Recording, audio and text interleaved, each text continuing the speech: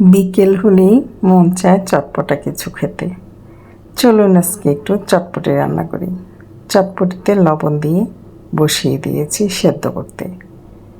চটপটিটা সেদ্ধ করে নিয়ে দেখুন আমার চটপটিটা একদম নরম হয়ে সেদ্ধ হয়ে গেছে।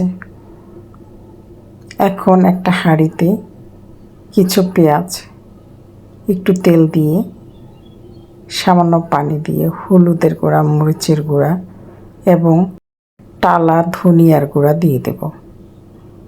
দিয়ে আমি চটপটিগুলো সব দিয়ে দেব। এটা চটপটিটার ভালো সুন্দর একটা কালার আসার জন্য এবং টেস্টটা, যদি আপনি ভেজিটেবলগুলি না ইউজ করেন তাও টেস্টটা বেড়ে যাবে। এভাবেই আপনিও খেতে পারবেন ইচ্ছা করলে। একবার ট্রাই করে দেখুন আমার প্রসেসটা। তারপরে চটপটি মশলা দিয়ে দিলাম, দিয়ে ভালো করে একটু নেড়েচেড়ে নামিয়ে নেব। এখন টকটা রেডি করব। টকটা মারটাকে আমি ছেঁকে ভালো করে হাঁড়িতে নিয়েছি। লবণ, হলুদের গুঁড়া, মরিচের গুঁড়া এবং আমি মিষ্টি টক পছন্দ করি এবং আমার ছেলেও মিষ্টি টক পছন্দ করে, সেই জন্য চিনি দিয়ে দেব।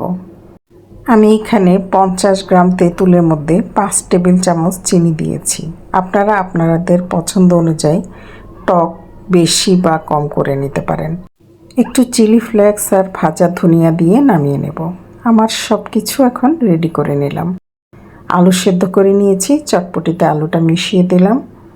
তারপর একে একে তেঁতুলের টকটা মিশিয়ে আমি শসা, টমেটো, ধনিয়া পাতা, কাঁচামরিচ সব কেটে রেখেছি, সেগুলো দিয়ে সাজিয়ে দেব।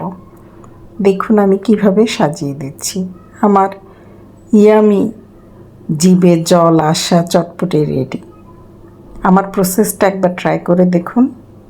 সবাই সবার মতো করে চটপটি মশলা দিয়ে দিলাম, আরও একটু তেঁতুলের টক দিয়ে দিলাম, দিয়ে আমি ফুচকা ভেজে রেখেছি, ফুচকাটা উপরে দিয়ে দেব।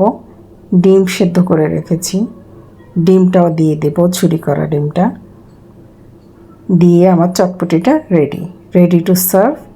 আশা করি আপনারা এই প্রসেসে করলে খুব মজা পাবেন। বিকালে একবার ট্রাই করে দেখুন। কথা হবে পরের রেসিপিতে ইনশাআল্লাহ।